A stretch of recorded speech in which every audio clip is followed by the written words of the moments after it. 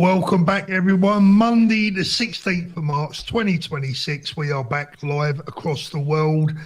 Joining me this evening is the one and only Richard Inman. Richard, good evening. How are you, mate? I'm great, mate. All the better for seeing you, Paul. All the better for seeing you, brother. Oh, thank you, Richard. It's nice to hear someone say that, at least. We've got to share the love, mate. Oh, there's not a lot going around. There's not. I'll tell you what, right? There is. I've been... this weekend in Benidorm has been crazy. I've been stopped every 5 minutes, people coming over and saying hello. But I've got to tell you, Richard, there's one thing that they all say to me. Right? What's that? It's really, well, see if you can, I'm not joking now. This is not a joke, right? This is serious. Sack Richard. No.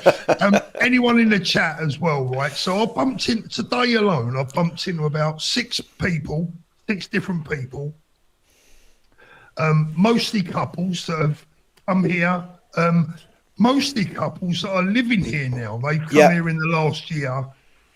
And see if you or any of the people watching now can guess the number one thing that people are saying to me.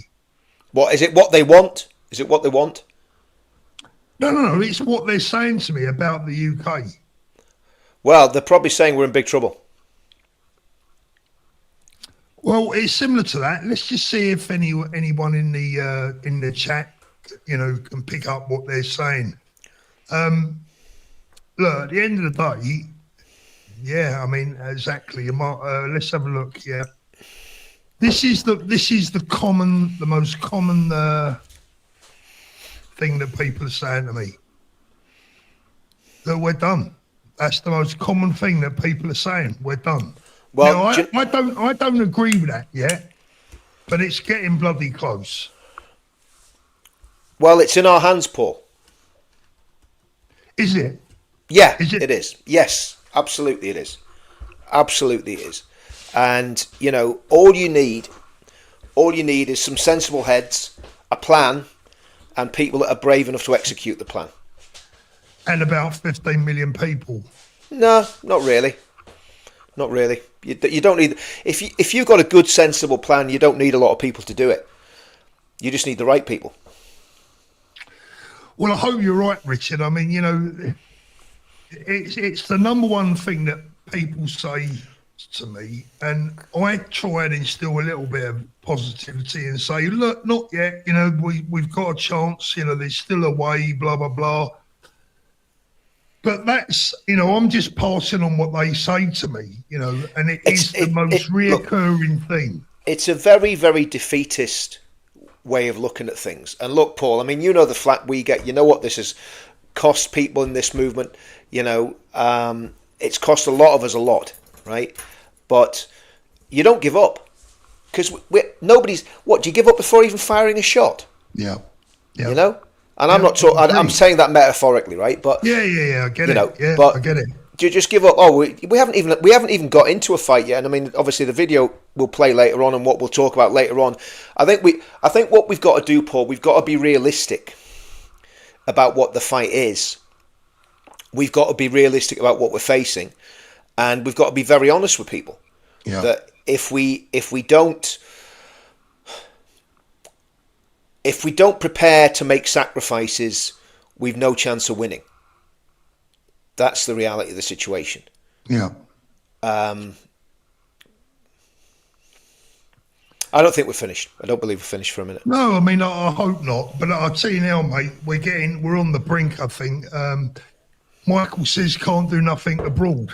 Sorry, Michael, you're absolutely wrong. Tommy's abroad. I'm abroad. We're both doing things. You certainly can't do anything. You have to do something. We're all trying our best. Paul, I've just come off an hour and a half meeting about the 16th of May. I'm not going to go into details. There's nothing really confidential, but I'm not going to go into details because it wouldn't be professional to do that.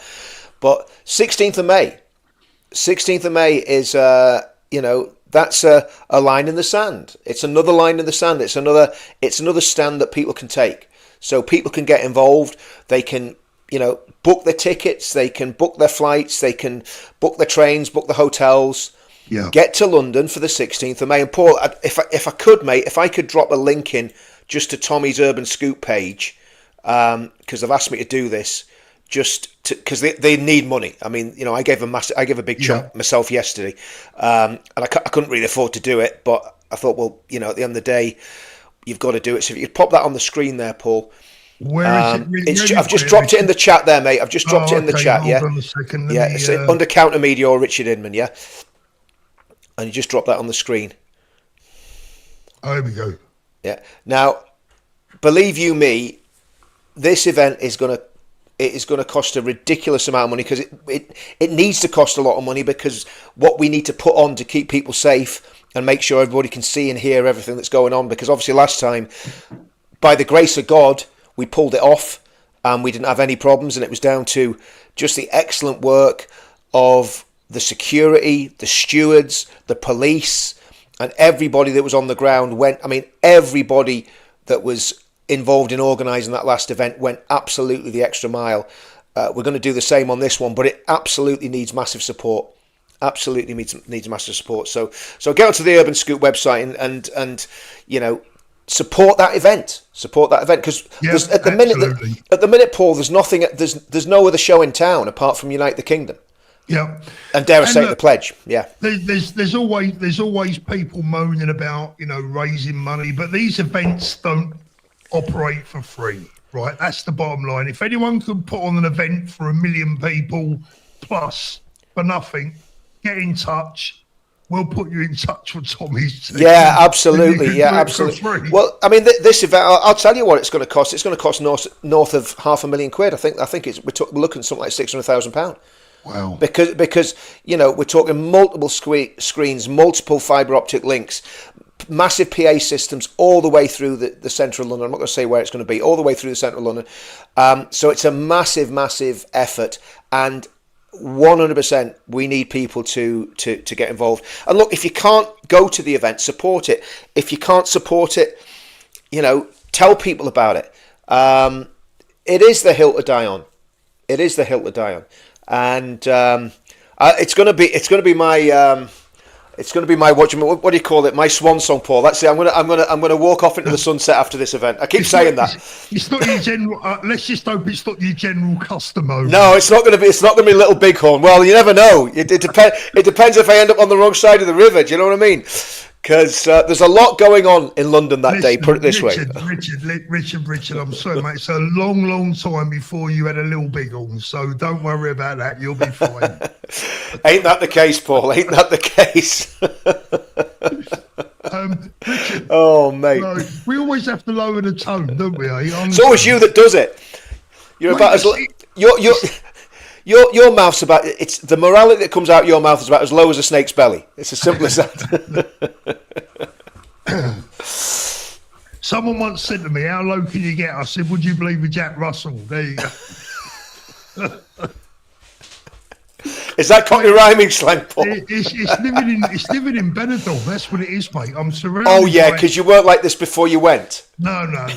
Now I'm surrounded by unruly Brits. Right? They've all had enough. They're all seeing Tommy and Keir Starmer's a wanker, and I mean, honestly, well, I hope they've all got the flights. I hope they've all got the flights booked to get back to London for the 16th of May. In fact, what they can do if they can't get some flights, just get down to Calais. Right? There's loads of rubber dinghies all along the beach there.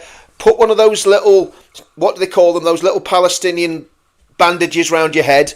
Yeah. Grow a bit of a beard. Start spitting a lot. You'll get on a dinghy. You'll get across free. No problem. Yeah.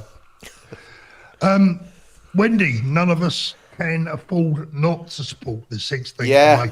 I mean, what do we reckon? Numbers, Richard. What are you Who thinking? knows, Paul? Look, do you know what, Paul? You can never tell. It depends. I mean, this is what I would say to people, right? Okay. If you're hacked off with the boats, okay, come on the 16th of May. If you're worried about Keir Starmer, the merchant banker, Keir Starmer, if you're worried about the merchant banker, then come on the 16th of May. If you're concerned about losing your freedom of speech, come on the 16th of May. If you're concerned about net zero and the cost of living, come on the 16th of May. If you're concerned about farming, come on the 16th of May. If you're concerned about the persecution of our SAS heroes, come on the 16th of May. And I could go on. If you're concerned about two-tier policing, if you're concerned about why those two Hallions that beat the crap out of police officers in Manchester Airport are still not in prison, come on the 16th of May. No, if you're concerned about the hate marches, come on the 16th of May. If you're concerned about Al-Quds, come on the 16th of May. If you're sick and tired of foreign-born people parading round our streets, shouting Allah Akbar and globalise the Intifada, come on the 16th of May. If you're sick of hearing Bob Villan shouting death, death to whoever he wants to shout it to, and not getting arrested, come on the 16th of May. So for all of those reasons, come on the 16th of May. Okay. I am employing the help of a solicitor tomorrow, Richard. Yep. They're going to be contacting the authorities back home to see if you're a person of interest. If I'm a person of interest. I mean, Paul, you know what I mean? I didn't have an interesting person. I didn't mind person. Well, if they asked if you're an interesting person, you'd have no problem getting back in the country, mate. That's exactly it, right? The only thing is, Richard, I'm not sure who I've got to look over my shoulder for, the left one or the right one. I'm like, well, this is the whole thing, mate. I mean, look, you're going to need to bring Danny with you with his big uppercuts. And the way things have been going, mate, I think I might bring Tyson Fury with me. And Mike Tyson as well. Get Big Frank out of retirement. I tell you what, I was watching. Do you ever go through phases where you watch the old boxing matches, Paul? All the time. Yeah. Oh, mate, I watched Marvelous Marvin and flipping and Tommy Hearns. Marvin Hagler. Greatest first round ever. Oh, mate, it was brutal. I mean, absolutely. But and then I watched Bruno and Tyson, right? And you see the flipping the actual build of Frank Bruno. I forgot how big he was. He was absolutely flipping huge, mate. Big lad. Just a pity he wasn't ruthless enough to smash the. But anyway, amazing fights though. Absolutely flipping amazing fights. Those two fights. And poor old Tommy Hearns got knocked out in that one. But yeah, I mean those old boxing matches. I don't know. It doesn't seem like that anymore, does it? Richard, one thing he wasn't was poor. Tommy Hearns was. Well, no, he wasn't poor. Was not poor. Is he still alive, Paul, or is he passed away? Or is he still alive? I believe Tommy Hearns is. Marvin Hagler died. Did Marvin Hagler die? Yeah. I knew one of them had died. Yeah. Man, they meted out some punishment though. I mean, it can't be good. You've got to pay a price for that later on in life, can't you? Mate, you know what I mean? The 80s. I know we've digressed a bit. Don't worry, peeps. We'll get back. We'll get back to it. Well, do you know what? We're reminiscing about better times. And Paul, those were the days where you didn't have to pay per view for the boxing. Mate. You know what, mate? I've got to tell you, right? Me and my mates, we used to go up to Leicester Square. Yeah. For all the big fights. They didn't start till like 3-4 in the morning. Yeah. And the 1980s. Need I say more? It was just magnificent. Superb. You could go to London, carry some money, wear a nice watch. No one was going to bother you. Mate, no hassle. Well, I had the opposite experience. I went to see a Barry McGuigan fight in Hemlington, right? A place called Hemlington, just on the outskirts of Middlesbrough. It was a rough enough little estate. I don't know why we went there. We all went there in a couple of cars, and the fight started it must have been about 10:30. So I ordered something like 5 pints of Stella just for me at 10:30, right? So there's a whole crowd, you can imagine. So we watched this McGuigan fight, and of course we all poured outside after the fight. And the local lads realised we weren't locals, and man, it kicked off. It was absolute flipping carnage in the car park. I was only like 16, but mate, we all thought we were Barry Wigan and Tommy Hearns, rolled into one, mate. It was unbelievable, but it was, got a bit messy. Good evening, Michael. Good to see you. Good evening, everyone. Where are we? 1,300 people watching so far. No doubt that will grow as the evening wears on. Richard, because I'm on, Paul. Exactly, mate. That's what it is. Richard, how could stay at the weekend? Oh, mate, where'd you start on that one? I mean, do you know what? To be honest with you, for the job that we do, I should really have been studying that all day, right? But I've got to tell you, I watched that absolute cretin, Bob Villan or whatever his name is. Yeah. And a couple of other videos with middle-class white women dancing around in their kafirs or whatever they're called, I don't know, in black and white tea towels. Yeah. Well, I thought, my mental health can't take any more of this shit. I can't watch it, you know. Paul, I'm the same. I mean, you know, it's grim. But, I mean, people have got to understand what's going on here. And this is why, you know, I'm not going to, you know, plough old furrows, but the biggest threat we face right now is the Islamization of the UK. That is the single biggest threat. It's been facilitated by the far left, and sadly it's been facilitated by people on the far right as well. The amount of far right people that are saying, oh, well, Islam's okay, it's quite a conservative religion, we think it's all right. No. There's nothing good. I'm sorry, guys, there's nothing good in the Quran and in the Hadith. Nothing, right? I'm just going to put that out there. And the fact that we've allowed this into our country and the chaos and the devastation that it's caused already. I mean, goodness, when people finally start to really stand up to it, that's when it's going to get real. And we'll look at that later on, Paul. That's when it's going to get really interesting and really, really messy. But this is the fault of successive governments, Paul, since the 1960s. Just more and more. I mean, I knew about this in 1982. Yeah. You know, I took a stand against it in 1984. And I'm not that old, so, I mean, you can work out how old I was when I started standing up against it. So, people that lived in inner city, you know, northern towns have known about this since the 1980s, right? So, why does the government not know about it? Well, Paul, the truth is the government does know about it, but they've made a calculation that the cost of dealing with it is too much to pay. That's what successive governments have done. And in fact, actually, Paul, you asked about videos. If you just crack on there a minute, mate, I'm going to try and find a video for you. Yeah, Laura says, anyone see what happened at the Zara shop? That was in Bristol. Laurie, yes, I did. Sorry, Laurie, not Laura. Laurie, I did see that.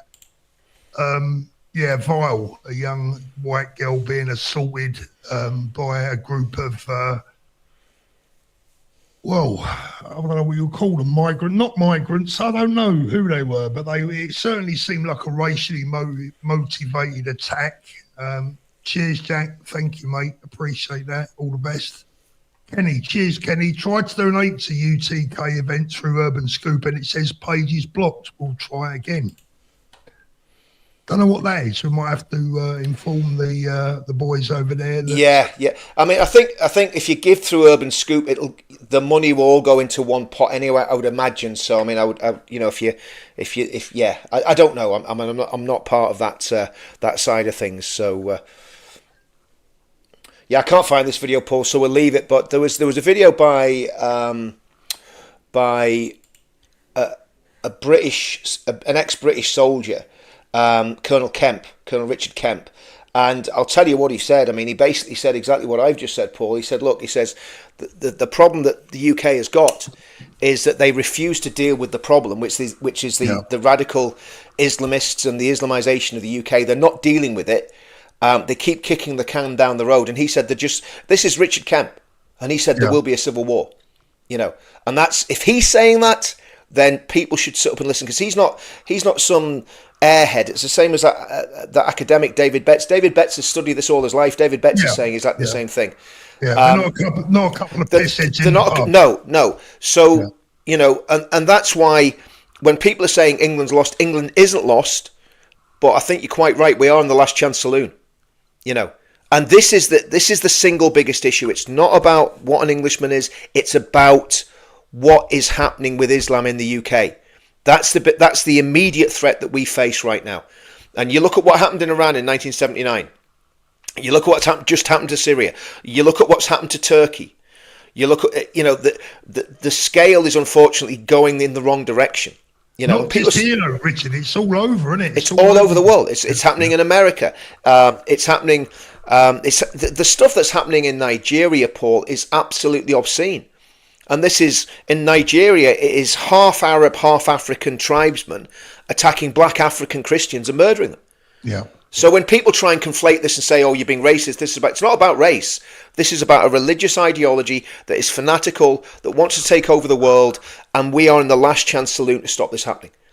Yeah. And I know it sounds really depressing and grim and all the rest of it. But that's just what we're up against, and people have got to wake up to that. They've got to realise what we're facing. Few people saying your mic's a bit loud, Richard. Sorry, Paul. No, don't worry, Yeah, Richard. no, I've sort that adjusted now, it mate. for you. No, I've done it. Is it turned down yet? It should be all right now. Richard, before we go any further, we've got a video that we're going to play a little bit later. But my initial reaction is why hasn't Bob Villan been arrested for doing what he's doing? Well, I mean, let's turn it around. Let's say that was Tommy Robinson on the 16th of May, chanting death, death to whoever. What do you think would happen? I'd be arrested. Of course he would. We know that. And he has been arrested for far less. I mean, I think the charges have been dropped, but he was arrested and charged for saying F Hamas. He just retweeted a post saying F Hamas, and he was arrested and charged, Yeah. So it's insane. So I mean, why is he getting away with it, Richard? What's your opinion? Is it because he is a person of colour supporting the wrong side, or the side that he's supporting, people are afraid of him, they're afraid of it? Why is it? It's two-tier policing, Paul. Absolutely, of course it is. It's as simple as that. The police have been captured by leftists and Islamists. So the communists and the Islamists are basically running the police. They're running the police in college. They're running the media. They're running the courts. And that's why we've got such a massive battle ahead of us. And that's why we need to find a way of coming together to defeat this. We can, we've had all our little disagreements. We've all, people can hate me as much as they want. But I tell you now, we need to find a cause that we can unify around, and that means that you bring people from Restore, from Reform, from Advance, from UKIP, from no political affiliation whatsoever. Yeah. We bring them together, and Unite the Kingdom is the perfect medium for that. The pledge is the perfect, and I keep saying this to people. We've got all the tools in the toolbox. You can have the political parties. Political parties will come and go, right? But what you need is people united around a common ideology and a common cause. Unite the Kingdom and the pledge give people that. And that's what I would encourage everybody to do. Sign the pledge. If we have 10 million people signed up to the pledge, we'll win. If we have 10 million people going into London on the 16th of May, well, that's going to cause the authorities a real problem, isn't it? Yeah.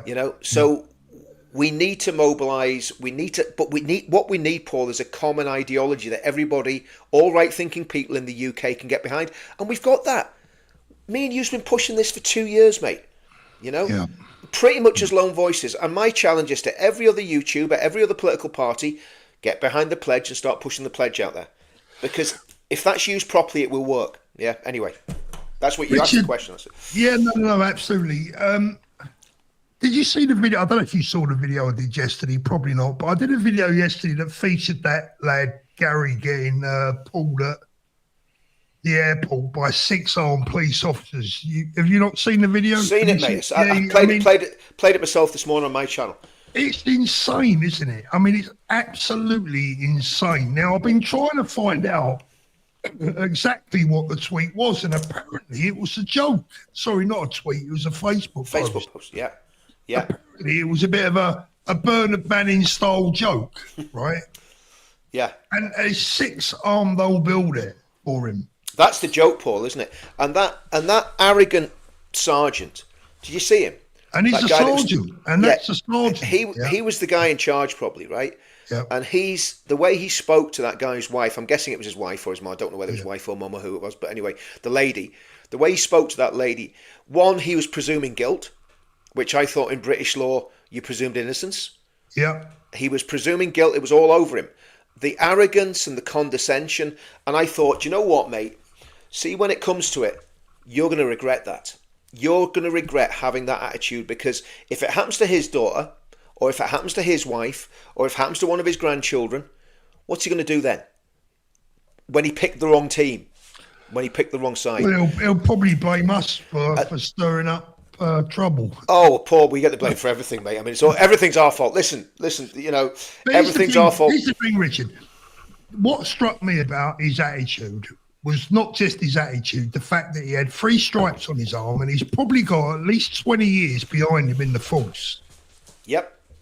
if that's what 20 years experience buys you these days in the police service, then there's not a lot of hope left, is there? There isn't, Paul. Was that I mean, Manchester? that wasn't. Was that Manchester, mate? Was it I Manchester? think it was up that. It was up that way. It was in the Yeah. north somewhere. I mean, there's an irony in that. If that was Manchester Airport, there's a real irony in that, isn't there? One of his colleagues gets chinned by an Islamist. More than an irony. Would they speak to them that way? Well, we saw what they did to let them go. Yeah. They're still not in prison, are they? I think one of them is. One of them is. Oh, is that right? Okay. Yeah, one of Okay, them fair is. enough. Yeah. Fair enough. But yeah, I mean, again, the out and out treachery that was on view over the weekend in London. I just want these people gone, Richard. I don't want them in the country. They've got to go. You can make mass deportations very, very easy, right? At the next march, after the march is finished, you have a lot of armed police officers and armed soldiers and lots of buses. Yeah. And you collect all the people who aren't British that are at those marches, all the foreigners who've come to this country. No, Richard, sorry. Can we get rid of the Brits as well? Yeah, get rid of the lefties. Yeah, can we include the wankers that are there from else? Yeah. Yeah, let's send them to the most horrendous Islamic hellhole on the planet. All the lefties, right? Send them to Palestine, mate. They well, I wouldn't want to send them to Palestine because Palestine's quite peaceful at the minute, isn't it? Because I think pretty much everything's been flattened. But I would send them to Syria or somewhere. I don't know. Send them somewhere really horrible. Round up all the lefties as well. What do they call those? Is it shamar or something? What do they call that stupid thing they wear around the head? The tea cozy they wear around the head. Yeah. Anybody with one of them on, get them on the bus. Get them out. Get them on the bus. Get them down to some nice ferries. Get them across back to where they came from. Mag to grid. Get rid of them. Get rid of them, mate. Here's the question. Whitaker says, "What will the march change, though?" And before I tell you what, Richard. Before you answer that, let me have a little go. I tell you what, Whitaker. I've had that feeling myself in the past. What does it achieve? What does it do? But I think now with the numbers that we had last time, right? That was something else. That was, if 20,000 people turn up, it's a championship football match attendance, isn't it? But when you got 1 million people plus, that's something else. Now, on this occasion, I think you could be looking at 3 times that amount, maybe even more. And at the end of the day, what that does is hopefully it breeds unity. Yep. It boosts morale. It gives people a sense of purpose and a sense of belonging. Yep. Because I think what the British and the English people in particular need now, and I don't often speak about the English people, I prefer to speak about the British people because I believe we're all brothers and sisters, right? But I think, what the British people are missing right now, Richard, you've frozen. I think you need to put 2 bob in the meter, mate. Let me kick you. Are you back? No, I can see you, Richard, but I can't hear you. Can you hear me now? Mate. That's better. Okay. That's better. Got you. Someone's just popped a message and it was better when they couldn't hear you, but we won't. Okay, there we go. That's better. I like that. That sounds good. So Whitaker, I think that no, I can't hear you now, Richard. You got to put that's better. I think what it is, Whitaker, I get what you mean. Politically, on the day, on the week, on the month, it might not change very much, but I think it's good for the soul. I think it's good for the nation's soul. And it gives a lot of people that perhaps can't even get to the march, might be elderly, infirm, unwell, whatever, can sit and watch that unfold in front of their eyes on their computer screen, on their TV screen and think, yeah, we've still got something. We've still, there's still, I'm not alone, because so many people feel alone. Well, Paul, I mean, the last one, and anyone that was there that's in the chat will vouch for this.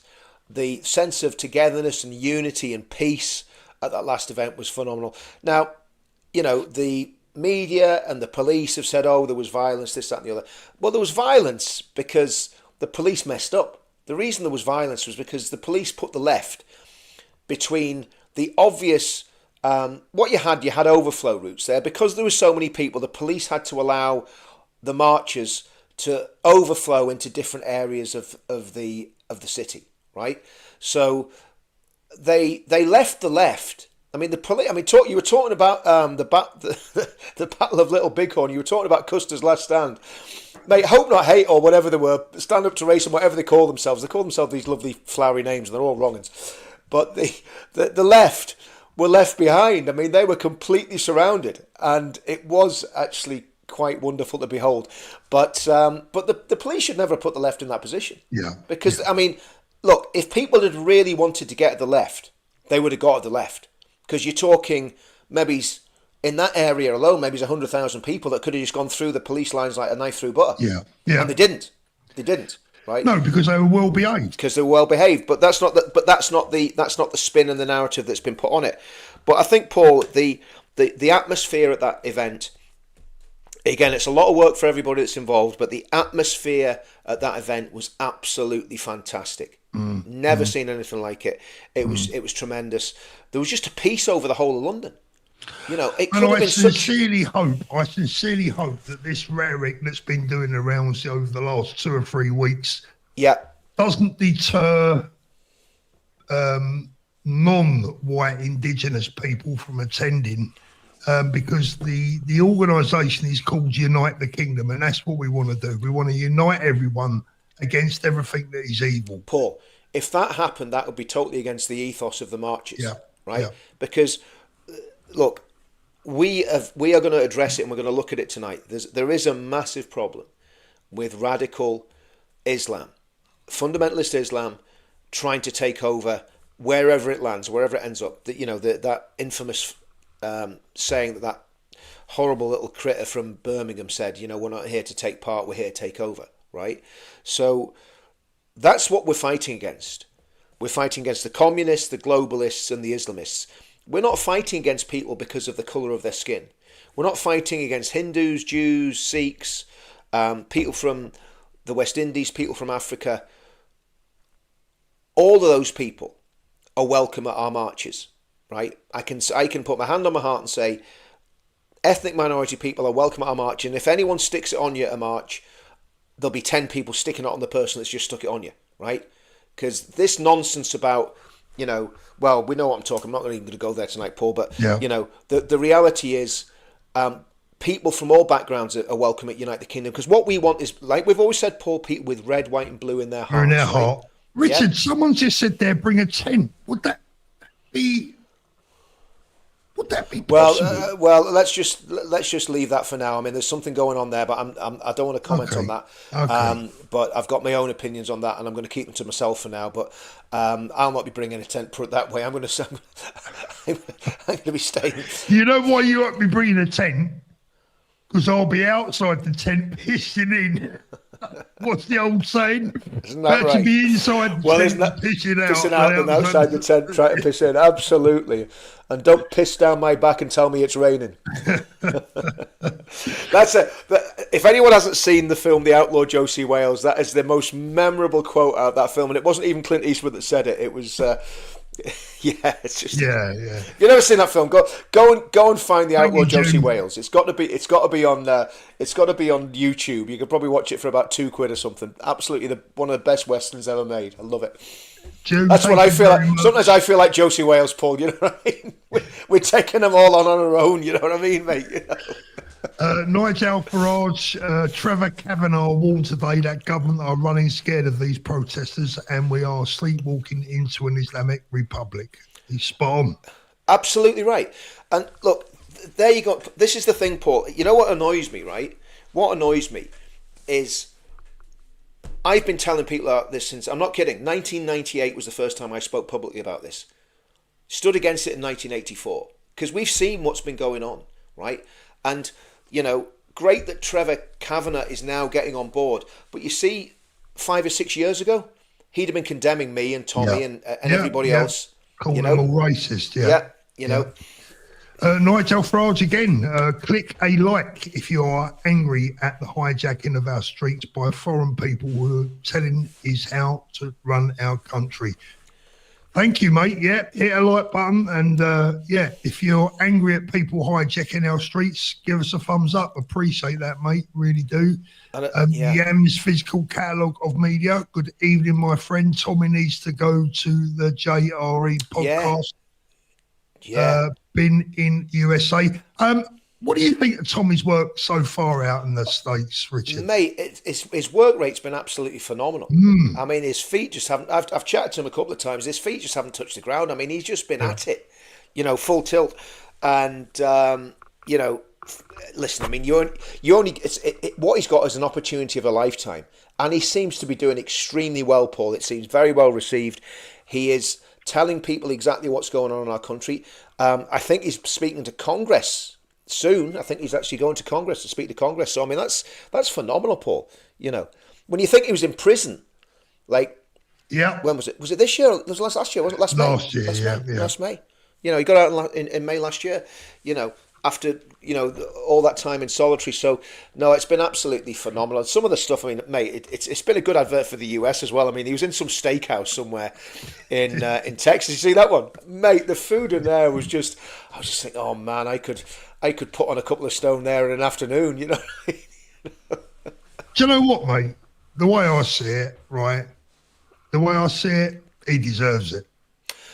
I'll be honest with you, Paul. See, if I was him, I'd be looking for political asylum. Oh well, I think he should. You know what? Listen, I definitely think he should, because it's nothing. He won't. He'll come back. Oh yeah, he'll come back. But what I'm saying is, long term, right? He's better off out of this place, right? Because it's not just the authorities got it in for him. There's so many nutcases out there. Yeah. No, there is, absolutely. Personal safety and for his family. I think ultimately he needs to get out. And there's not much that he can't do from the States. He can do it back home. Apart from the rallies, obviously. People are forgetting he had an ISIS death threat. Yeah. 2 weeks before he went to the States, he was, he had to flee the country because of an ISIS death threat. Which is just, and again, Paul, when you think about that, right? Let's just think about that. One of our friends, right, someone who has taken a stand for this country for years, has had to flee the country because some grubby, vile, disgusting terror outfit from the Badlands of Afghanistan. I mean, ISIS-K are so bad they even fight against the Taliban.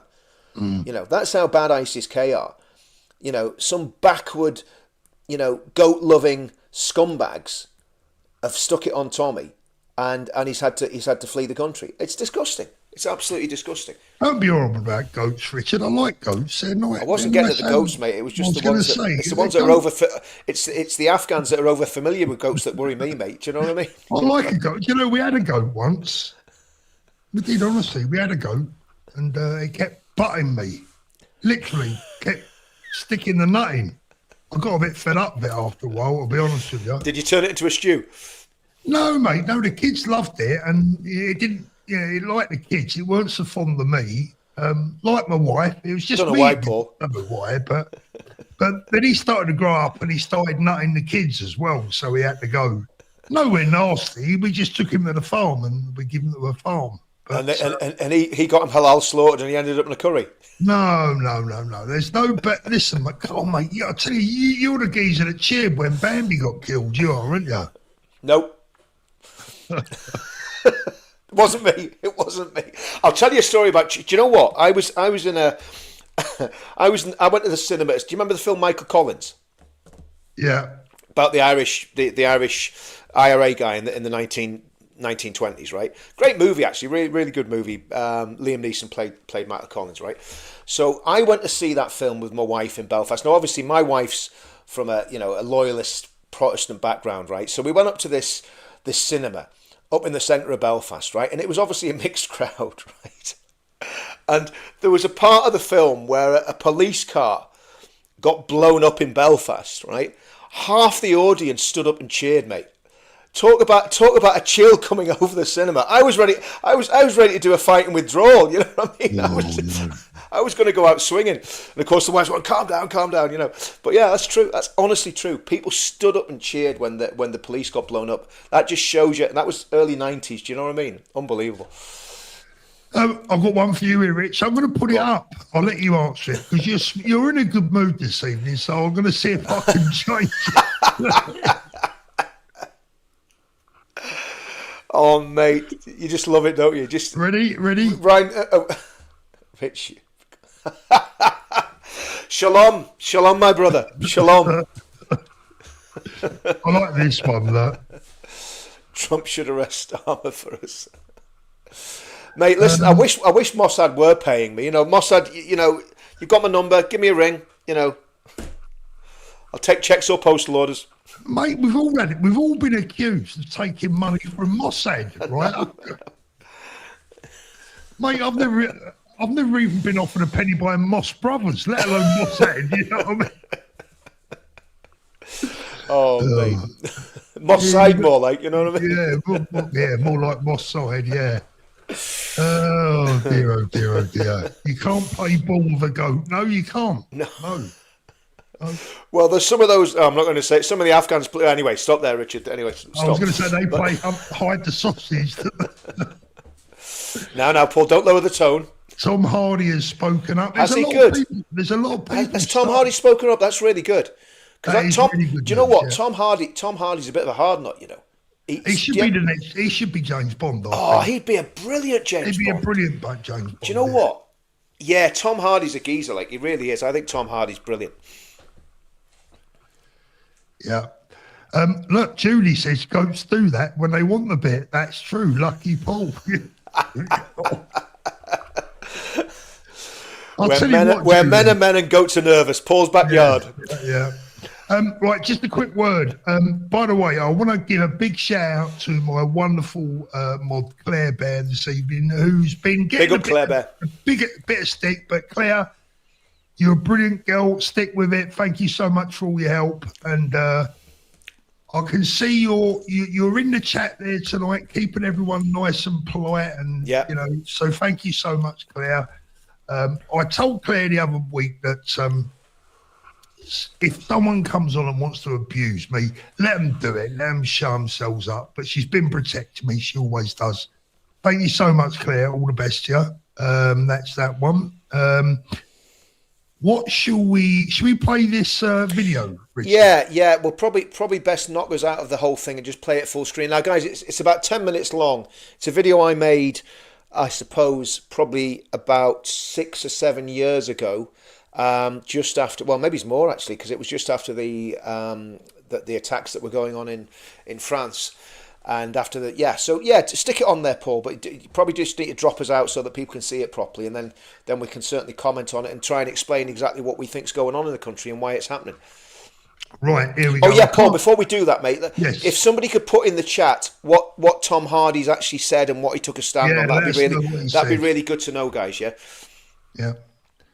Here we go. I've got it here. Apparently, Tom Hardy said that Richard Inman's a real prick. Oh, he's not far wrong, is he? I'm not going to argue with Tom Hardy. He's a hard get, isn't he? No sound there. Say that America is Dar al-Harb. If we say that America is Dar al-Harb for who? For us, Muslims in the West.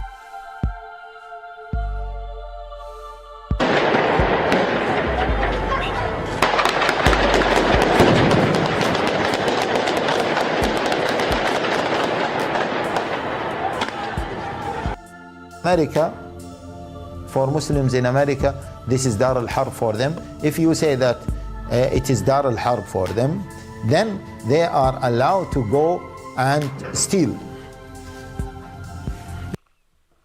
Richard, before we go any further, do you just want to explain to the audience so they know what they're watching, what this means? Yeah, basically what this is about is this guy is an Islamic scholar. Now he is an Islamist. He's appeared quite recently on 5 Pillars, which is an Islamist YouTube channel which does a lot of pro fundamentalist Muslim propaganda and is calling for Sharia law and all that sort of stuff. But this guy is one of the top scholars.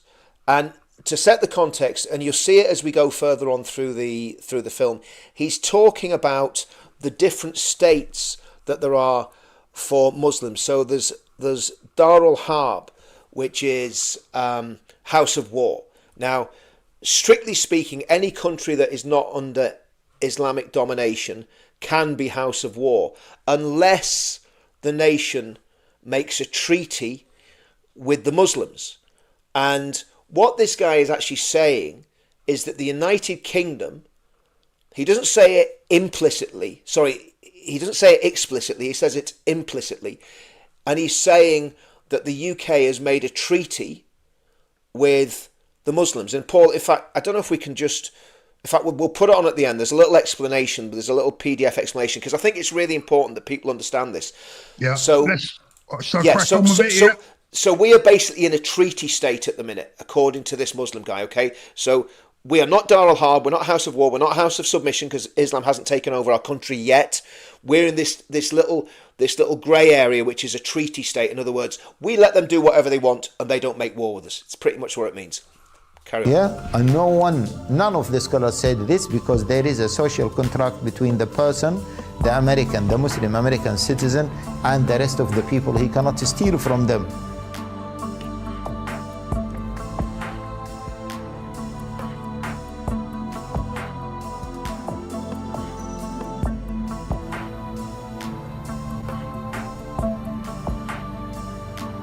Obviously, these Muslims didn't get the memo. Driver's side completely blown out. This was a very, very graphic shootout. A body lying in the street feet away. That black SUV riddled with bullets. One suspect still inside.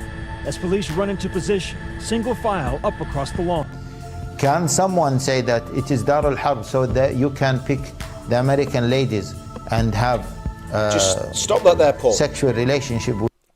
Now, I want to explain this bit here, because this is the justification that some of the grooming gangs have used for raping young white girls. They've said, we're in a house of war, we can take these women as concubines. And this guy goes into it, I think later on in the video, where he actually talks about Muslim scholars having discussions as to whether it was acceptable for Muslims to take women in the UK as concubines. And he said we had these discussions 30 years ago. Okay, now obviously, again, some of the Muslims obviously didn't get the memo, because a hell of a lot of them did take the women as sex slaves and treated them as concubines. And the fact that that is in Islamic theology, when people say it's nothing to do with Islam, the fact that they even had a discussion about this shows that there's a massive problem within that religion. Because this guy's not like, this guy isn't like a far out wacko. He's a pretty mainstream scholar for these people. Okay. Yeah. So if you'll see it when you carry on, but it's worth playing it so you can hear it out of his own mouth.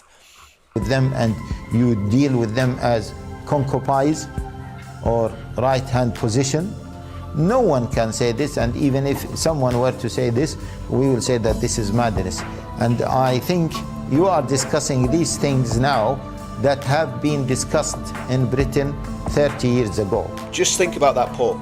Just stop that there again, Paul. 30 years ago, they were discussing whether, and this scholar said it's not acceptable in Britain as it is at the minute, okay? But obviously, if a different scholar gives a different position, that's when you can. The fact that this is even, that they can even have a discussion about whether it's acceptable to take women as sex slaves in Britain 30 years ago tells you everything you need to know. But and that's by his own admission. By his own admission, yeah. So please carry on there, Paul, yeah?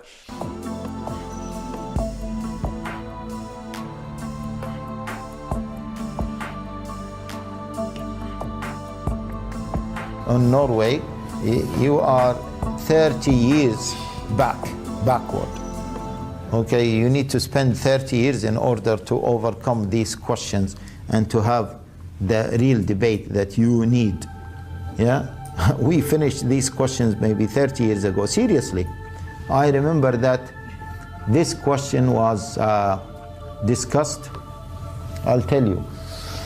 When it was discussed in Britain, it was discussed in 1994, 1995. How many years is this?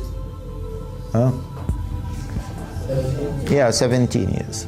Okay, 17 years, seriously.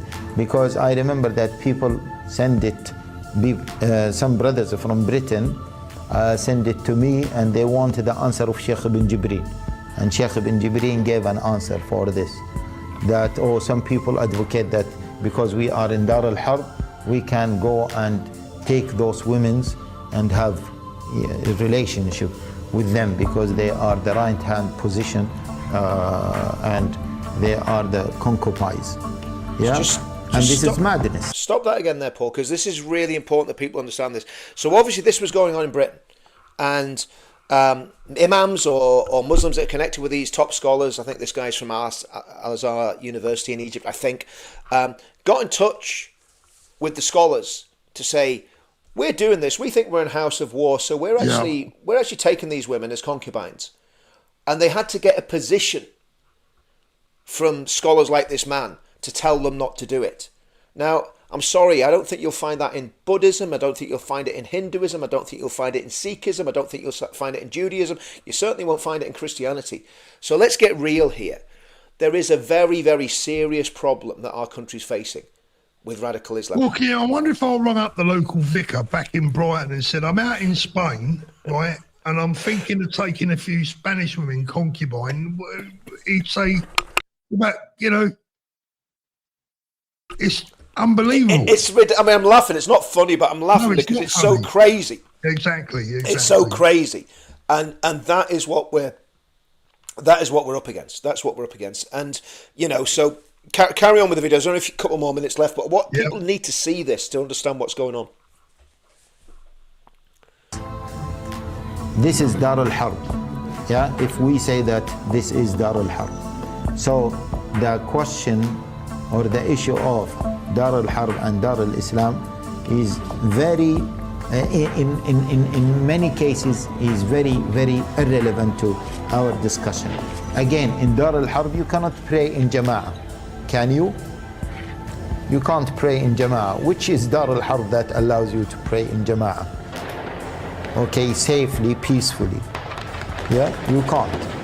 And there are many other things that we practice in countries who are involved in maybe war against some Muslim countries. Yeah, and the matter is not that simple. The matter is not black and white.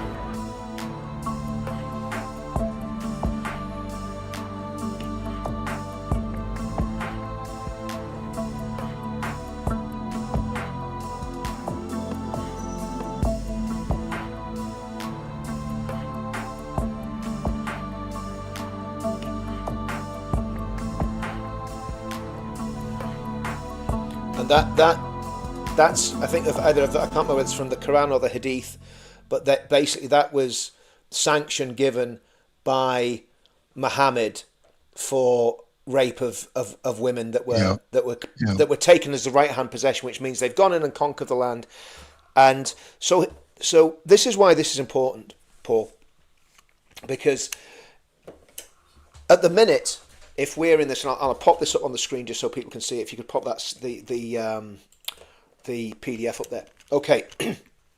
So at the minute, the UK is in what's called the treaty state, or the abode of truce, or the abode of covenant, Dar al-Sul or Dar al-Ahad, right?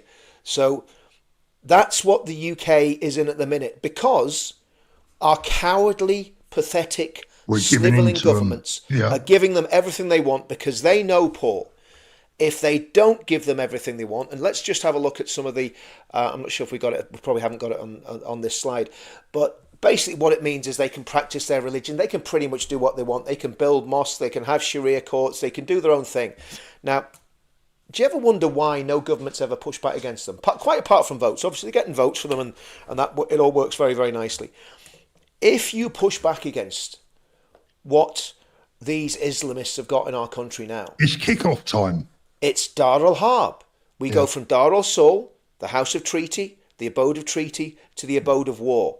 And the government knows that. And the government is far too cowardly to stand up to them. But what we need to actually deal with this, we need a Winston Churchill. People are saying we need a Trump. Yeah, maybe it's a Trump. But we need someone that's like Trump or Churchill, who has the fortitude and the strength to say, do you know what? This is the United Kingdom of Great Britain and Northern Ireland. We're going to stand against this. We're not going to allow Sharia courts anymore. We're going to ban halal food. We're going to ban the burqa. We're going to ban the building of any more mosques. We're going to demolish any mosques that are preaching hate. We're going to deport the hate preachers.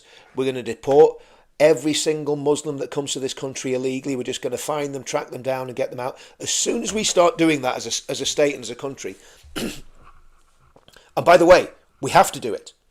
I'm not saying don't do it. We absolutely must take these steps. But what we've got to understand, Paul, is there is going to be a massive kickback. Yeah. But, what I would say to the British government is this. What would you rather have? Would you rather have a kickback from, I don't know, maybe it's 1 million, 2 million crazed Muslims, or 50 odd million Brits who are just going to sooner or later go absolutely off the reservation? The government's got to make a decision. The government's got to make a decision. And what police do, Paul, in these situations is they look at who can put the biggest numbers on the streets. And the people who get the biggest crowd out win. Okay? So, but this needs to happen quickly. We need to get a resolution of this. We need to, if you've got a cancer growing in your stomach, Paul, you want the surgeon to come in and not cut out anything that's not cancer. So in other words, we're not going after people because of the colour of the skin, but people who are Islamists, who are here not to take part but to take over, they need to be surgically removed from the country and sent back to wherever they came from. And if you have to go back 2 or 3 generations, so be it. Because the threat to our country is just so great now. And the radicalisation, as we saw, is getting worse and worse and worse. Yeah, I think it's very, very clear to anyone with a set of eyes. Tish Green, thank you very much, Tish. Will Rupert Lowe be invited to the United Kingdom March? I think he has. I don't know. I would imagine so. I mean, to me, every single right-wing political party should be invited. And I would include people like Nick Timothy, Claire Coutinho, Suella Braverman, Rupert Lowe, Ben Habib, Nick Tenconi. I would like to see all those politicians standing together on a united front. Because I think, look, everybody knows my reservations about what's happened in the last few weeks. And I believe I've got very good cause for what I believe. I'm not going to get into it because we're still dealing with the fallout from that. But I still stand by absolutely everything I said. But here's the thing. I've said what I've said. We've got to find a way of getting people together now. Because the only way we're going to save this country is by making sure that at the next election we have a right-wing government. Now, I don't believe that any one party will be strong enough at the next general election to win a big enough majority to storm the Bastille, so to speak, to take over government. There's not going to be one single party. There's not enough time. So what's got to happen is there's got to be a genuine council of war where leaders of all these political organisations on the right come together and say, right, okay, right-wing conservatives, Reform, UKIP, Advance, Restore, all get together and say, this is what needs to be done. I think that's the only way it's going to work, Paul. Can you imagine the reaction of the crowd if, towards the end of the day, Tommy was able to call from the back of the stage Nick Tenconi, Ben Habib, Rupert Lowe, and even Nigel Farage. Or even, if Nigel's too sniffy to be there, you know what Nigel's like, but somebody from, Suella, get Suella on there. Get Nick Timothy from the Conservative Party, because Nick Timothy believes all this. So can you imagine the reaction from the crowd, Richard, and what a boost that will give to the nation? This is the whole point. And that's why I'm saying, that's why I still believe the pledge is vitally important. I'm not going to go into it, but I've been in contact with people in loads of different parties, as you have, Paul. Some at senior levels, some at very senior levels, right? So the connections are already there. There's plenty of people can connect these people together and bring them together. So it just needs to happen, doesn't it, Paul? It needs to happen. This is what I want. And that's why the marches are important. And that's why the pledge is important. This is what I want the viewers to know, is that, me and you have been doing this now together for a couple of years, where we've been trying to bring people together. If people only knew what we've tried to do. Paul, I've been doing it since I 2017. know you have, Richard. I know. I'm gonna blow my own trumpet, right? Because nobody else blows it, right? So I'm gonna say Don't talk about blowing, Richard. Don't start me off. that's you, Paul. That's you. I saw your face when I said that, mate. And I thought, why did I even utter those words? Okay.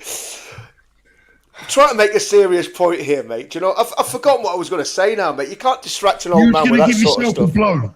No, I wasn't. Paul. Behave yourself. My goodness. You was going to blow your own trumpet. Okay, yes. Go on. 2017, right? I put the UKIP deal together, right? So that's how far back this goes, where we got UKIP and the veterans and the football lads all joined together, and the whole point was get Gerard Batten, and we managed to do that. Get Tommy into the party, and it just blew their gap. When we tried to get Tommy into the party, it blew the gaskets, it blew the doors off UKIP. They couldn't handle it, and it all fell apart. And Gerard, lost his position, and it was just chaos. Now, different people have different takes, and I know what happened. I think a certain person that's now very senior in reform had a lot to do with it falling apart. In fact, I know he did, because I've got the videos of him making speeches against the football lads and against the veterans, but the reason I'm saying that is we've been working at this a long time. So when I get frustrated and angry about stuff that I think's going to have the opposite effect to what we need, which is bringing people together to win our country back, I'm sorry, I'm not going to apologise for being like that, because I know the amount of work I've done. I know the amount of work Paul's done. I know the amount of work people in advance have done. I know it, Nick Tenconi. Do you know what? I've got a lot more respect for Nick Tenconi than I had 6 months ago. Yeah. Because Nick, when he went on Dan Wharton's show, called it out exactly as it was. And we need to keep doing that. Not to cause division, but there's things that need to be said and need to be sorted out, right? Because the only way that we're going to defeat these scumbags that are trying to destroy our country, and I'm talking about the communists, the globalists, and the Islamists, that unholy trinity of those three demonic powers, communism, globalism, and Islamism, the only way we're going to defeat that is by coming together on the right and finding a way of bringing unity. And you can't do it on the extremes. You've got to bring, and this is why I said I got absolutely slaughtered doing a video talking about what Ian Paisley said to me. Now, Ian Paisley was a very seasoned political operator. And Ian Paisley said to me when he went into power sharing with Martin McGuinness, because I went to challenge him about it. I went to stick it on him and say, what are you doing, Ian? Doing this? It's ridiculous.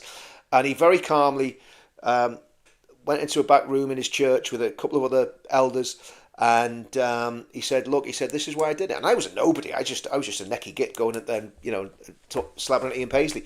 But he was very gracious. He says, Richard, you can't fight against the centre. And what he meant by that it wasn't like liberal, middle of the road politics. What he meant was when the centre of gravity moves, you've got to go where that centre of gravity moves to.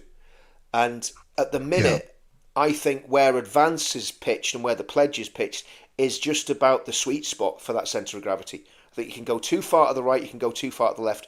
We need to be in that sweet spot, which is saying we love our country, we want everyone to come together that's against these three things, against communism, against globalism, against Islamism. Bring those people together, and then we have to be honest, Richard. We have to be honest. At this moment in time, it's reform that have got that balance. They haven't. I think they're too far to the left. I mean they are, Richard, but not as far as the vote's concerned. The voters out there, they've still got massive support. But they're dropping. Paul, and that's why what we need to do is bring everyone together. That's what I'm saying.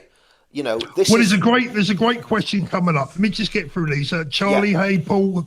Good evening. Hope you're well. Thank you very much, Charlie. Great question from Michael. I'm sorry, but I just can't get past Rupert, Ben, Nigel, and all the rest not getting together. If we lose in 2029, I will blame those three. I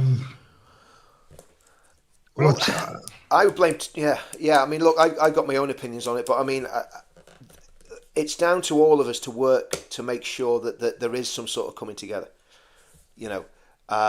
and that's very, very, if we and really if we don't do that, then all the marches and everything we've done is for nothing, and there's a lot of work to do between now and then, to get a really strong, and I think we can do it by building individual parties, Paul. I mean, I met today with the new regional director for Northern Ireland, fantastic lady, military veteran. She was in the Special Forces flight, so she's, kind of Special Forces trained, just an incredible individual, and she's taken up the baton for advancing in Northern Ireland. She's the regional director, and she's going to be, running around every community that she can get into and speak to build branches and build a party structure in Northern Ireland. So if anyone thinks that there's nothing going on, or we just sit around twiddling our thumbs, I was laughing the other day, Paul. Right, I did a video, right, and people call us grifters and say that we grab loads of money off people, right? So I took. Maybe I'm just rubbish at this, right? But I took 3 hours chopping videos up, right? This was for one of my morning shows, right? I thought, because I did a morning show about a week and a half ago, my mate got in touch with me. He said, "That was crap, Richard." He said, "Your hair wasn't even brushed. I don't think you cleaned your teeth, and you didn't even know what you're talking about. You just out of bed, weren't you?" I went, "Yeah, pretty much, right?" So anyway, I thought, well, I'm going to show him. So I started doing my morning shows, clipping all the videos. You know yourself, Paul. It took me 3 hours to clip the videos up, to find the videos, download them, clip them up, watch the flipping things, because you got to watch them so you know what you're talking about. And then it took me an hour and a quarter to do the show, right? I'm not complaining, because I do this for nothing anyway, mate. Do you know what I got? Do you know what I got revenue from that video? Go on. £5. As much as that? £5, mate. It was £1 an hour. It was. I'd have made more money making t-shirts in Bangladesh. Do you know what I mean? Oh, Ian Nicholson, another one of my fantastic mods and a great friend. I just act to go. Go on, Ian. Philip, thank you, Philip. It seems to me so many people have got blinkers on. I wish they would take them off and see the truth. These marches would be in their billions. There you go. There's my blinkers off. I can see everything now. Sky of John, cheers. Paul, that's it, Sharon. Even Sharon Ray's calling me a grifter now, Paul. Put that one on the screen, Sharon. Sky of John, Paul, did you see the joke on Tuesday yesterday? Israel has been selling the IRGC landmines disguised as prayer that. Oh, you see, that's one of our Mossad jokes, Paul. You shouldn't have put that up there, mate. Julie, thank you, Julie. What will it take to wake the country up enough? God knows, man, Julie. God knows. Sharp bite. Bradford writes is what you get. That's way worse, guys. Yeah. I mean, if we do what we need to do, this is the thing. People have got to buckle up, Paul, because if any government has the balls to do what needs to be done, believe you me.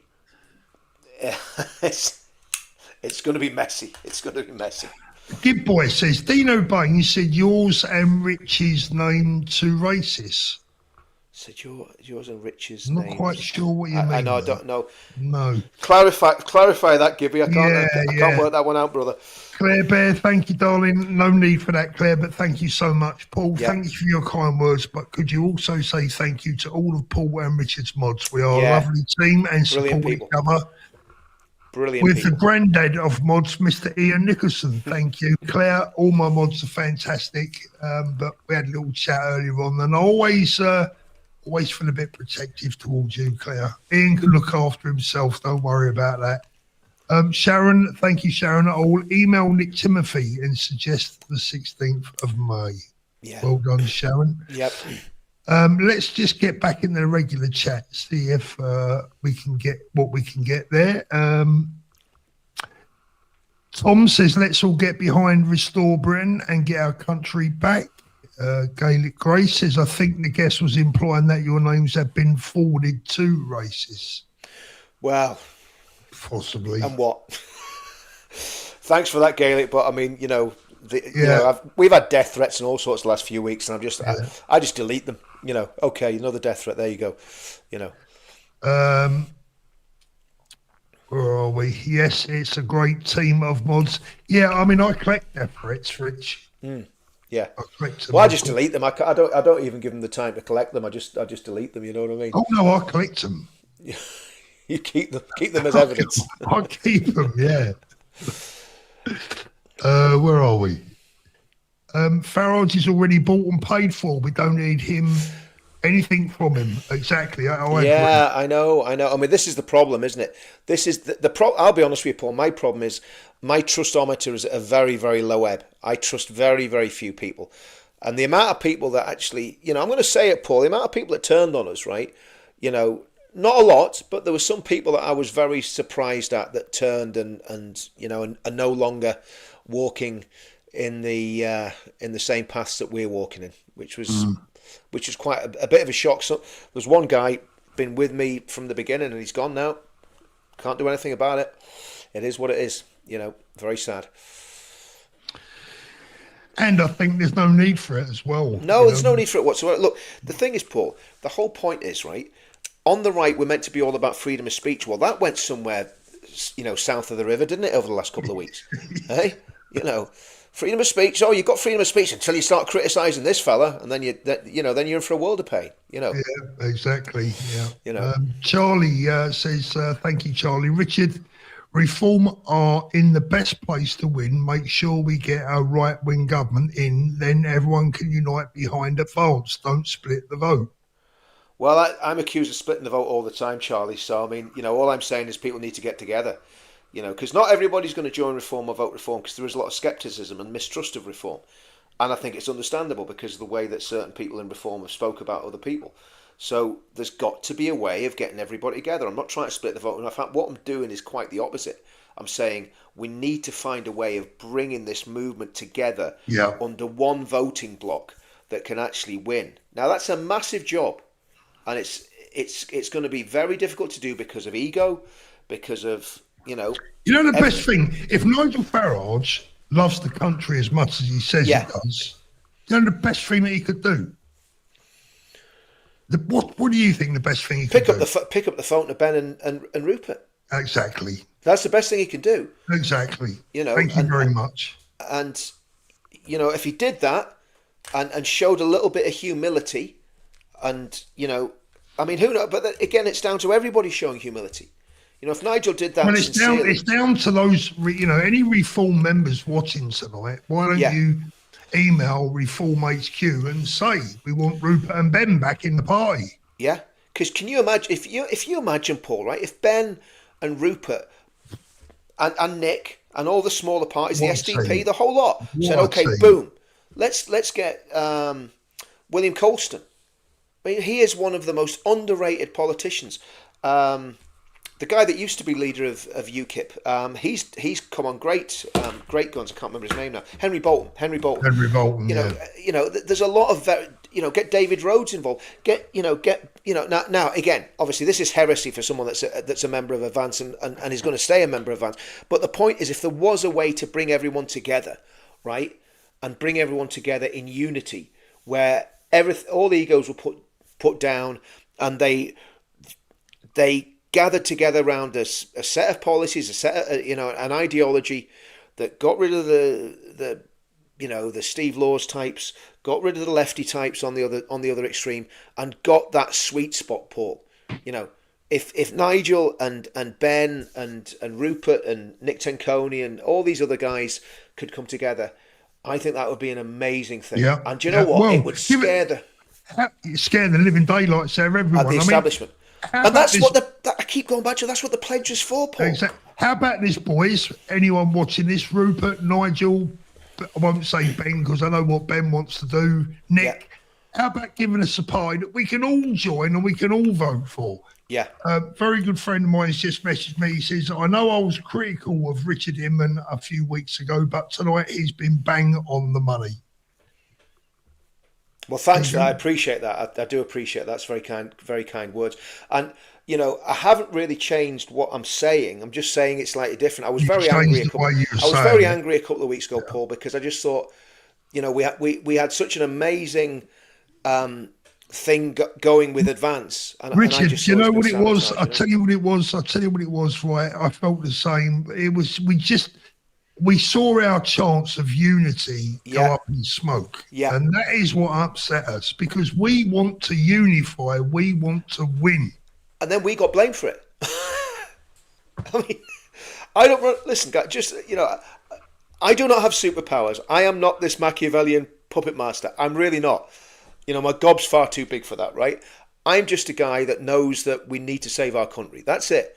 I don't care how we do it. I don't care if Reform does it, if Advance does it, if Restore. I don't care. I don't care. I just want it saved. And I don't care who the leader is, as long as it's done. And it's got to be country before party all the time. Yeah. So if people are getting upset with me criticising things that were going on in Restore, it wasn't an attack on Rupert or people that joined Restore. I was just going, okay, I don't really like this. I don't like what these guys are saying. Richard, to me, the bottom line is this: anyone that refuses to unite is a problem. Yeah, absolutely. Nigel Farage just refused to unite. He's a problem. Absolutely. And, I'll stick to my guns. Anyone that refuses to unite, because without unification, we won't win. Yeah. Therefore, that makes them a problem. Absolutely. Nicola, any chance of Katie Lamb speaking on the 16th of May? Again, I think you got more chance of Larry Lamb speaking. I think Katie Lamb's quite good. I think she's the conservative. But here's the thing. I mean, I've got to say, I get involved in doing police liaison and that sort of thing. I don't decide who goes on the platform. That's way above my pay grade. So, but I think those suggestions are actually good suggestions for Tommy. I mean, obviously he's out in the States at the minute. I don't know who he's got coming or not coming. But I would like to see it a bit more British than the last event, to be honest with you. I think so, yeah. I'd like to see more British speakers than I'm not really interested in Maoris coming from New Zealand to speak at our events. Just been honest. That's just the way I feel. That's going to get me another attack, isn't it? That's another backlash will be coming. You'll have some gangs off. I was just going to say I'll have some boys in black leather standing on my doorstep doing a hacker at midnight. You know what I mean? Well, that happens every week anyway. But that's another story. But Richard, that's Keir Starmer, not you, mate. Charlie says Paul knows I want unity too. Charlie's a good lad. He speaks a lot of sense. But if the public can't unite, we can't expect these leaders to unite. We need to show them we want unity. I agree, Charlie. I agree with that. But do you know what, Charlie? Do you know what I think? I think leaders need to be leaders and they need to show leadership. Yes. Yeah. And that's what this is about. If Rupert and Ben and Nigel and, like I say, the rump of the Conservative Party that is still decent, and there are still decent Tory MPs. This is the other thing, Paul. We all get so tunnel vision. We go, oh, all the Tories are bad. Well, actually, Nick Timothy doesn't seem bad. And I'm saying that this is a guy that was actually an advisor to Theresa May, but he's had some sort of Damascene experience. He's a convert. He believes what we believe. If you listen to his rhetoric, and he's putting his life at risk doing this, Paul. He's an MP that is taking a very, very hardline stance against Islamism, against the blasphemy laws, against the abolition of the jury trials. He's really going at it, and I've got a lot of respect for him. I've got a lot of respect for Claire Coutinho. I think Larry Lamb's younger sister's quite good as well, but apparently. But no, do you know what, Charlie? We want everyone to unite, and I think we can do it. I think the thing is, if I can just say this, I think the thing is, Charlie, is that leaders lead men and men follow leaders, not just men and women, but people follow leaders, right? And what we need is a leader that is, I think, I'm going to go back to one of my stupid football analogies now, but if you look at all the best football teams, the manager has the ability to build a team and get that team playing for him and for the club. And what we need is a leader that's capable of managing a team, managing a club, getting everyone together, all singing from the same song sheet to win. Yeah. Because there ain't no prizes for coming second in this game, I'll tell you that now. No, we can't afford to lose. And, you talk about the football analogy, Paul. I mean, do you remember that Champions League match where Gerrard literally grabbed Liverpool by the you-know-whats, and I think they were 3-0 down. They went on and went 4-3. Do you remember that? 4-3, yeah. Now, Ant Middleton, Tommy Robinson, right? They're the sort of men that can do that, right? If they want to, right? So, Tommy is an inspirational leader, right? Whether you like Tommy or not, it's not the issue. Tommy can lead people, and Tommy knows how to turn things round in a heartbeat, right? Ant Middleton, I believe, is the same, right? So if you had, even if it's not the political leaders, if those guys are coming at it and saying, right, we want everybody to come together. We want everybody on the right to come together. And that becomes the mantra. You know, if they had any sense, they'd all get together, Nigel, Ben, Rupert, Nick, they'd all get together and they'd be getting people like Tommy and people like Ant and saying, right, you get out there and get everyone organised. You get all the people, you know, all the working class boys and girls, you get them on board. We'll get these people on board. We'll get the middle class on board. Rupert can get the business people on board. Or we act as a team. And you know, somebody put in the comments Douglas Murray and David Starkey, you know, and you know Douglas Murray disappoints me in some ways. I've got to be honest with you. I mean, Douglas talks a great game. He is so fantastically well versed. He's super well educated. But I'm afraid I've got to say this, right? What else does he do?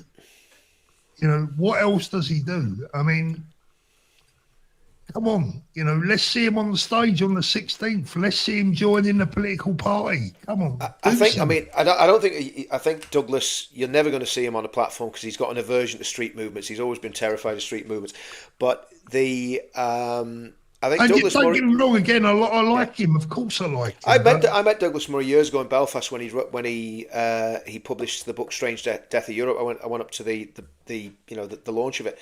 And met him and spoke to him, and a very, very nice, gracious, you know, well-mannered, total gentleman, just a total gentleman. And, you know, he was fighting this fight a long time. He probably started about the same time as Tommy. Maybe he's a bit before, actually, you know, because a lot of those guys started after 9/11. Mark Stein was another one. And those guys carried this baton for a lot of years and they got a lot of flack from it, ruined their careers to a great extent. Yeah, no, maybe I was unfair what I said a minute ago. Well, I think he's capable of more because he's so well educated and he's so well spoken, he's so well versed. But if you get, I mean, he could give a lot more, couldn't he? If we, and again, it's not down to us to do it, Paul. I mean, I'm pretty much, like I say, I think the next demo is going to be my swan song. I'm going to hang up the boots. But I think we've done enough, really, to be honest with you. But if something is built and it brings all these people together, you know, and there is this sense of unity where people go, we're going to have to do it for this. We're going to have to put all our differences aside and we're going to have to fight this together.